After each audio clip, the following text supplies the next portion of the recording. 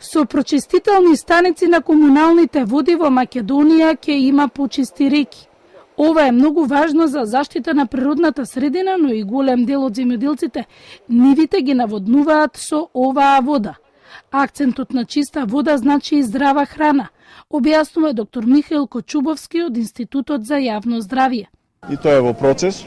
Добар дел од градовите веќе, Скопје има студија веќе направено, Прилеп е во завршна фаза од изградбата.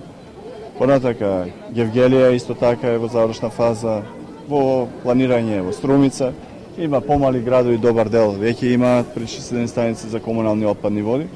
Така да на тој начин, кога ќе пречистиме комуналните отпадни води, се подобро и квалитетот на реките. Постои се уште ризик за загадување на почвата и на земјоделските култури кои ги наводнуваат, зависи нормално кога наводнуваат.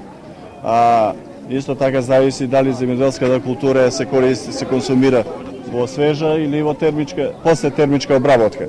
Граѓаните пијат здрава и чиста вода, објаснуваат од овој институт. Според истражувањето на институтот, граѓаните пијат повеќе вода од чешма. 90% од граѓаните објасниле дека се доволно информирани за здравата вода за пиење. Институтот за јавно здравје на Република Македонија е застапен со 70%.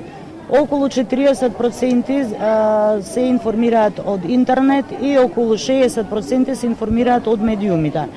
Како медиуми најзастапена е телевизијата и тоа во информативните програми, додека рекламите, кампањите и производителите и трговците, граѓаните покажаа дека од нив добиваат многу помалку информации што им се потребни за безбедноста и во изначењето на водата. На Светскиот ден на водата извештајот од страна на УНИЦЕФ се вели дека светот го чека криза за чиста вода за пиење.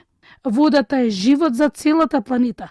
Чувајте ја и не ја трошете залудно. Е пораката за Светскиот ден на водата.